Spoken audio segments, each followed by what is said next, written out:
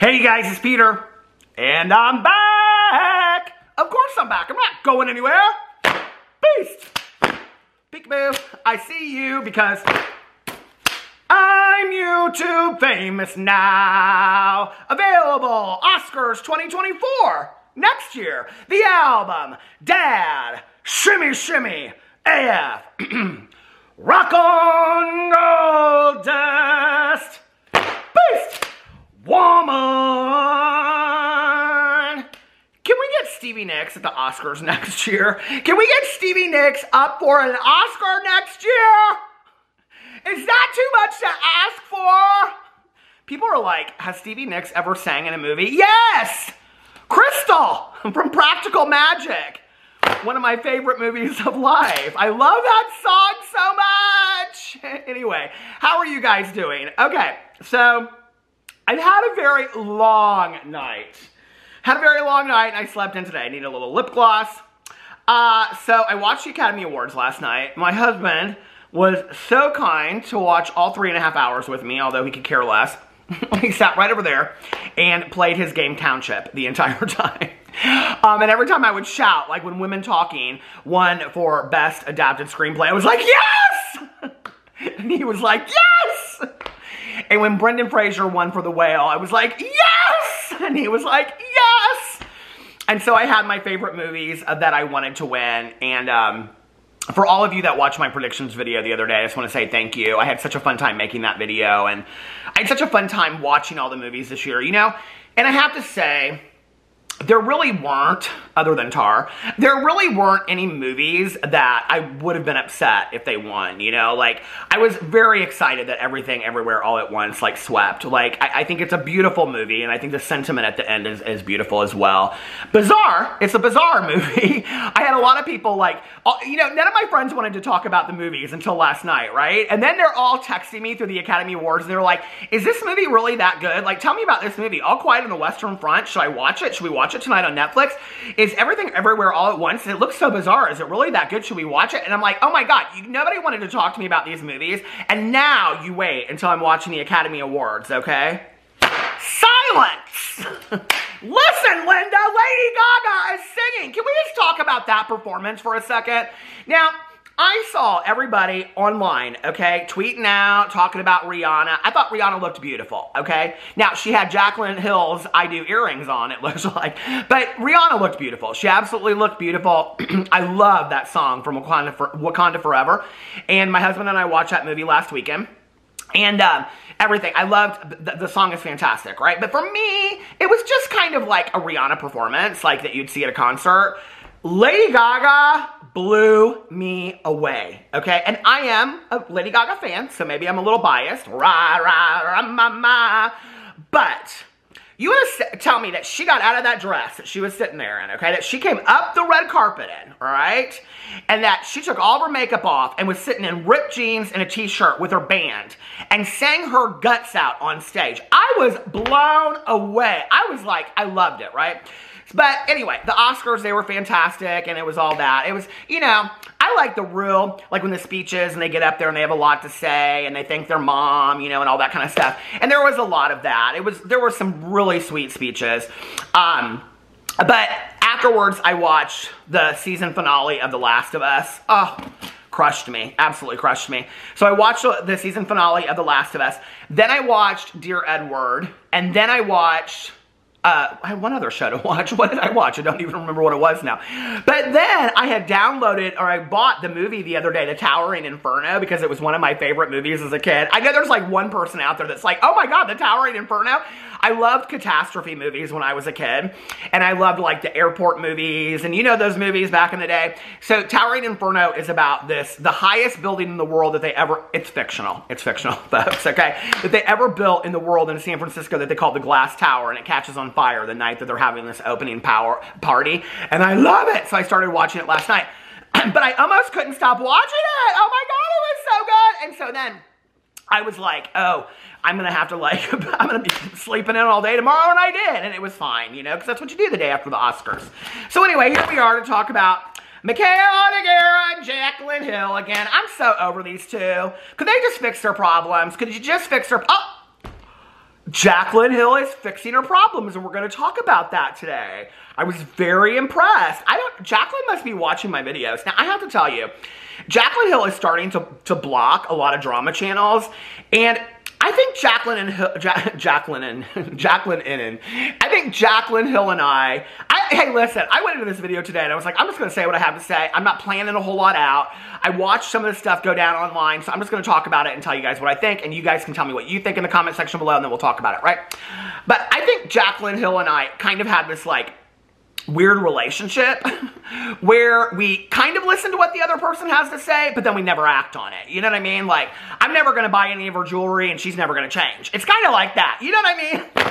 So anyway, I don't need my neck to turn green. Just saying. All right. But, so anyway, we're going to get to the Jaclyn Hill thing in just a second. But Mikayla Nogueira, okay, is under a lot of scrutiny right now. And the reason why is that she did this TikTok with her mother. And I actually thought it was a beautiful TikTok. I loved this TikTok. I love when people bring their parents into doing TikToks and things like that, or doing YouTube videos and all that kind of stuff. And, you know, like, people ask me a lot. They're like, well, why have you never done, like, a video with your dad? My dad is very, very private. My dad is, like, he doesn't want to be in YouTube videos. My mom, I don't think she would have wanted to be in YouTube videos either, right? And not because she was, like, such a private person, but I just don't think that she would have wanted to be in it. So I love when you get to see, you know, inside, like, people's lives, their parents and whatever. Like, I did a video with my brother-in-law when he was visiting a couple years ago, and I loved doing that video. And I did a video a couple years ago with my best friend, Tanya Jean, and, well, we did many videos together, but we did a sit-down Q&A together, and I loved doing that video. And I've done many videos with my husband, and we're getting ready to go to Florida in a couple weeks, and when we go, we'll probably do a video, because we always do a video together. And I think you see a different side of that person, you know, kind of. So Mikayla did this TikTok where she is doing a makeup routine on her mother. And then she's going to do the makeup routine that she does on her mother on herself, right? But about halfway through the TikTok, I'm not going to show the TikTok.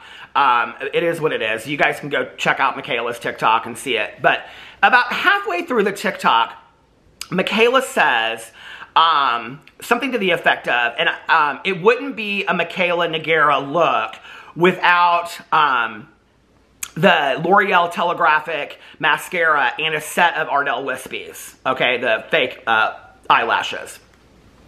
And so people are like, girl, are you seriously, like, mentioning this yet again? And this is my thing with old Mikayla, okay? Girl, you can address everything in the world, okay? You can address people coming for Cody. You can address people coming for your voice. You can address people wanting to talk about you and what you were like in high school, girl. Okay, high school's come and gone. You're about almost getting ready for your, well, she's past her 5-year reunion. She's working up her way to her 10-year reunion, okay? I don't know why you're addressing stuff from high school, okay? You're addressing this, you're addressing that, right? But you refuse to address the one thing that people want you to address that speaks to your character as a business person, okay? Your character as being honest as a beauty influencer, your character of being honest as a beauty reviewer, okay? And your character and integrity of disclosing. None of which did you do, and none of which did you address, which still makes you look like crap, all right? In all honesty. And then, if you remember, when she came out, after all this happened, and she took 6 days off, right? She'd never taken 6 days off before in her life. She takes 6 days off, and then after she comes back after 6 days, she does this Valentine's Day look, and she makes a joke about, we all know what we're here for. Well, what are we here for, girl? We're here to hear you talk about addressing the elephant in the room, right? But you refuse to address it because you know you're responsible. My battery died. Anyway, what I was going to say was this. Was that, you know, the reason why she won't address it is because she knows that the only way to address it is to actually come out and own it and take responsibility for her actions, right? And this goes to her credibility of being a good person, of being a learning person, of being a teachable person. Like I said back in the day, remaining teachable, right? She's not that person. And I think that if you time-stamped this moment in time at 24 years old of where Mikayla is, and that she has refused to use this as a learning experience, When we see Mikayla at 29 or 35 or years down the road when she's still doing all this, okay, don't come crying a river to me that you've lost a bunch of money and you've spent all your money. I mean, all these people on my Jaclyn Hill videos, they're like, I don't know why I kept on spending all this money on Jaclyn Hill. I don't know why I bought her palettes. I don't know why after Lipstick Gate. I don't know why you did either. You're stupid. That's why, okay? The drama channels, we told you otherwise. You kept on spending your money. You shouldn't have, all right? Drama channels exist to tell you guys what's going on, to help the consumer. And yet we get a bad rap, right? So here it is. Mikayla didn't take any responsibility, all right, for being a beauty influencer that lacks integrity. And she took no responsibility for this, and yet she makes a joke out of it, which is what Jaclyn Hill does. Jaclyn Hill cuts fringe off of a Chanel purse and says something to the effect of, oh, that's what got into the lipsticks. This is what they do. They take very serious situations that have affected their career, they take no responsibility for it, and then they turn it into a joke. It's all just a big joke for them, at the expense of the audience, right? And I'm not laughing. I think it's a really bad look. And I actually think, like, you know, when you look at the trend of the up and down and the back and forth of TikTok and YouTube and where it goes, first of all, there's a lot of discussion about TikTok going away, okay? And there's a lot of discussion about, would Mikayla be able to exist on a YouTube space? Mikayla will be able to get the following if TikTok goes down. This is one of the things that people need to think about with this discussion of TikTok going away. If tomorrow you woke up and TikTok was gone, how are these people going to, I mean, other than maybe Instagram or Twitter or whatever, how are these people going to have people find their YouTube channels, okay? And then everybody's gonna swamp back over to YouTube.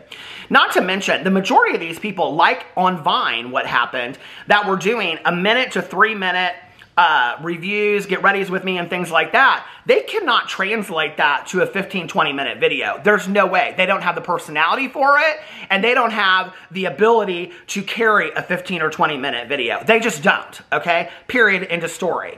And I'm gonna tell you right now, I don't think, in seeing her and her Nikki tutorials video and things like that, I don't think that Mikayla is somebody that can carry a 15 or 20 minute video. Do I think that she will translate her audience and their audience will come over from TikTok to YouTube? Yes.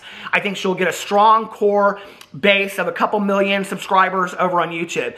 Do I think they'll stay? No. I think they'll grow very bored of Mikayla for the long run. I think that they'll watch it and they'll be like, well, what she was doing with the filters and the fun and everything over on TikTok in a minute is not what I want to watch in 20 minutes on YouTube. So if she has to make YouTube her career, she's done, okay, first of all. So there's that. But I think, like, you know, I've said this time and time again, and I think, like, maybe the reason why it rattles my nerves is that, if not Mikayla, I hope somebody out there listens to what I'm saying, and I really hope that they take heed to it, because I really do think that it would be a pivotal change and move within the beauty influencer space. If Mikayla had come out and she had just owned this, okay, and just said, and I know people are like, well, she can't because of contracts and whatever. Bullshit, all right? Bullshit. She could have said, I null and void this contract. I don't want to get paid for it. I'm paying you back. My reputation as a beauty influencer is too important for me. I have signed sponsorship contracts, okay? If you want to get out of the contract, there's ways to get out of the contract. She could have. The reason she hasn't owned it is because she doesn't want to return the money. That is why Mikayla has not addressed it. So Mikayla took the money from the L'Oreal sponsorship that she got, okay? And she makes jokes about it. At whose expense? At the consumer's expense. And she continues to push these products on you that you don't need. Why? So that you can pay for her house and her wedding. And I hope it's worth it for you. And her $950 shoes that she bought for her wedding. I hope that it's worth it for you guys. I really do. Because 3 years down the road, when there's another influencer that's like Mikayla, and we're like, oh, why are we doing this again? Whatever. It's because we don't learn from the patterns of our past, right? And I am a believer that lessons are repeated until they are learned. And when they are not learned, they will happen time and time again until they are learned, right? Okay. If Mikayla had come out and she had just owned this and said, you guys, Like, I wish that I had done something differently. I'm returning the money. I didn't disclose appropriately, and I wore these lashes in there, and I shouldn't have, and, you know, it was a mistake. I just was trying to rush the whole thing, and I really feel like I was being disingenuous and just, you know, and not authentic with you guys, and it makes me really sad because you've been so good to me. And going forward, I'm going to be the most authentic and honest influencer out there. Like I have said, she would have been setting the bar, all right? But these jokes that she makes, these jokes that Jaclyn make, okay? These jokes that they all make is really condescending and patronizing to the consumer. And it's really sad to me, you know, when she gets in a video, and a video that she's got her mother in, okay? So you basically used your mother to make fun of this situation that was career ruining to you. Like, I don't understand that, okay? And then you say, and it wouldn't be a Mikayla look without L'Oreal telescopic mascara and a pair of Ardell Wispies, when you know that everybody's waiting for that. So you know everybody's going to talk about it. So girl, you got your drama video out of it, okay? This is what you want. You want people to talk about it. Okay, so when they come for you and they talk about Cody, and they talk about your mom, and they talk about your house, and they talk about your wedding, and they talk about all this kind of stuff, don't get upset, because this is what goes along with being a public figure, and this is what you signed up for. And this is what you want when you get in a TikTok and you beg people to talk about you by saying, okay, it wouldn't be a Mikayla look without L'Oreal telescopic mascara and Ardell Wispies. And girl, I hope you disclosed if you got paid to say that in that video, to bring more attention to that cheap ass L'Oreal mascara that don't nobody care about anyway, okay? So anyway, let's move on to the next thing with the Jaclyn Hill. I can't with this Mikayla girl. I mean, I really honestly can't. Like, she dove right from Ulta right up into TikTok, and everybody acts like, you know, that she's the last breath of the makeup industry. There are a lot of beauty influencers on TikTok. There are a lot of beauty influencers on Instagram and on YouTube that are really valuable TikTokers, YouTubers, Instagrammers that are doing incredible looks, that aren't at the top of their game, that aren't getting paid for every sponsorship that they're getting, that they aren't getting sent PR like her boxes. I mean, she just got sent that entire catalog of PR. That is ridiculous. I sat there and I watched that TikTok and I thought to myself, she could not even possibly use all of those products before they expired if she tried. She could have gotten a TikTok, opened it, and then gifted it to people. But no, she can't do that. Why? Because she's greedy. She's greedy is what she is. Okay? And I'm here to tell it to you now. So when 6 months down the road she does something again, well, we'll all expect it, won't we? Now let's talk about the other greedy one, Jaclyn Hill. These girls, I mean, it is unbelievable to me. And it's just like they don't care at all about the people that follow them. But I will give it to Jaclyn Hill. After 575,600 minutes, Jaclyn Hill finally disclosed an ad. Boost! So Jaclyn Hill, and I cannot tell you how many people sent this to me before I got on my Instagram and saw it for myself. Jaclyn Hill finally disclosed an ad semi-appropriately, okay? So here, I'm gonna show it to you. Here you go, here's her Instagram story for the Stanley Cup. I showed you guys this new Stanley color the other day and you went crazy for it, but I didn't show you its sister. These are two new colors. They just did a restock on their site literally right now. Plus they launched these two new super fun shades. If you guys want a Stanley Cup, honestly, now is your time to get it, especially at regular price, because they can be so overpriced on other websites. So I'm going to link them here. Now is your time to get it because they sell out so fast. Woo!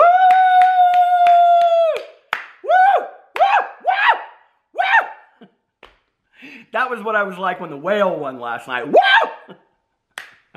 Jaclyn Hill finally disclosed! Oh my God! And here's the thing, okay? She's not going to lose any more money off of it. She's going to still make the same amount of money that she did before, right? Even though she didn't disclose appropriately. So if you read, per the FTC guidelines, like I did in my video the other day when I was talking about Jordan, you have to have it be the same size as the affiliate link. So when she has the affiliate link, it should say ad right next to that. She has it down here where it says ad, which, listen, I'll take what I can get at this point from Jaclyn, okay?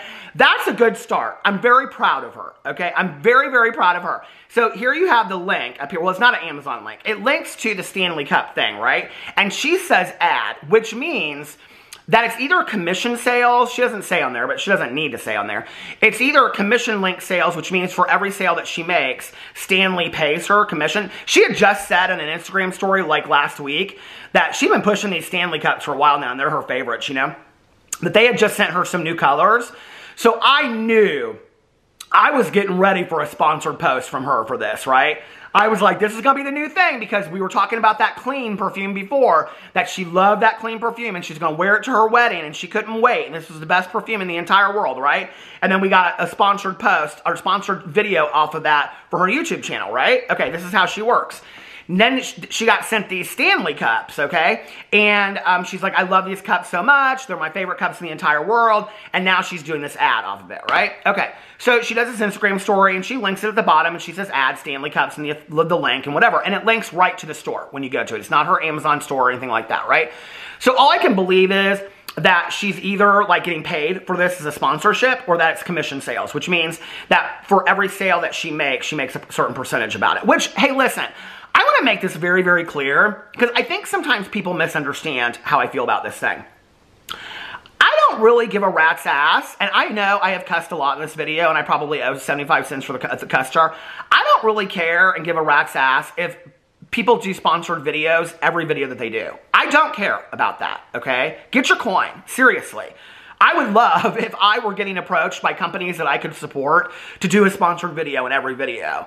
But I'm not going to sit out here, and I mean, I get approached by enough people to do a sponsored video for every video, but I don't believe in the companies that are reaching out to me, so I can't do that, right?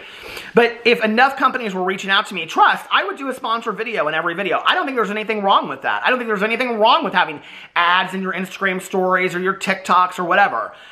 Just disclose appropriately. There's nothing wrong with that, okay? There's nothing wrong with letting your people know that you're getting paid to do this, paid to say this. And that doesn't say anything against the fact that she can still love these cups. I have seen, unlike her wearing her earrings, unlike her wearing this perfume, I have seen Jaclyn use these cups for a long time. I know she uses these cups, okay? So you can love a product and still get paid for it, right? And there's nothing wrong with that. It's just about disclosing appropriately and doing things by the law, the way that you're supposed to, so that the consumer, this is all for the consumer, right?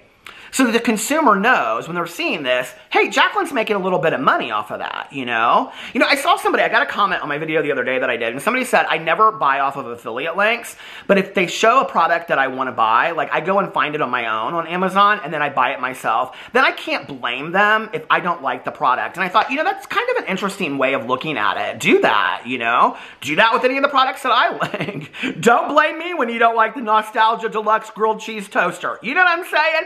But I love it, but you might not. I'm just saying, you know? But it's like, I don't have a problem with the sponsorships. I don't have a problem with the affiliate links. I don't have a problem with any of it. I have a problem with the overkill of affiliate links. I think that's the problem that I have. You know, Jaclyn and Jordan and a lot of these other people, and Laura Lee, they don't ever just link things for the help of linking their audience. They don't ever just like, hey, I want you guys to know about this product because I love this product, right? Like, never to do anything just to help their audience because they're not going to make any money off of it. It's always 39 links, or what new links do you want me to link on Amazon, or 15 different things like this, or here's a hat that I was wearing, but oh, this is the real hat that I had. And, you know, it's always fake. It's all this fake stuff that they do, and all these links just to make money, make money, ching, ching, ching, ching, ching, ching, for the money, you know? And it's sad to me. Think about your audience. Think about the people that got you where you got, you know? That's ultimately what it should be about in the long run anyway. Anyway, so let me know what you think about all of that in the comment section below. I love you guys, and I will see you tomorrow. Bye.